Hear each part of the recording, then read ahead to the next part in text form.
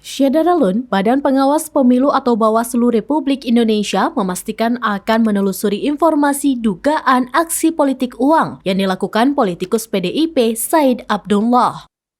Anggota Bawaslu Republik Indonesia Puadi mengatakan jajarannya sedang turun ke lapangan untuk mencari tahu kebenaran informasi tersebut. Sementara Ketua Bawaslu Republik Indonesia Rahmat Bagja mengatakan Badan Pengawas Pemilu Republik Indonesia akan mengkaji lebih dalam terkait video bagi-bagi amplop berisikan 2 lembar uang Rp100.000 dan 2 lembar uang Rp50.000 dalam sebuah masjid di Sumeneb, Jawa Timur.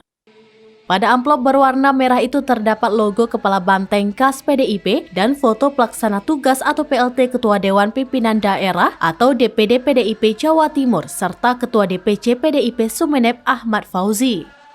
Dalam menanggapi peristiwa tersebut, Bagja kembali menekankan ihwal segala kegiatan yang berkenaan dengan politik praktis di tempat ibadah tidak diperkenankan. Meski begitu, Bagja mengaku belum bisa menentukan apakah bagi-bagi amplop ini termasuk pelanggaran atau tidak. Sebab saat ini masih dalam masa tahapan sosialisasi bagi partai politik peserta pemilu. Sebelumnya beredar video di media sosial seseorang membagikan amplop merah berlambang PDIP di sebuah masjid. Di amplop itu nampak juga PLT Ketua Dewan Pimpinan Daerah PDIP Jawa Timur, Said Abdullah, dan Ketua DPC PDIP Sumeneb, Ahmad Fauzi. Video itu diunggah sebuah akun Twitter @partai_sosmed pada Minggu 26 Maret 2023.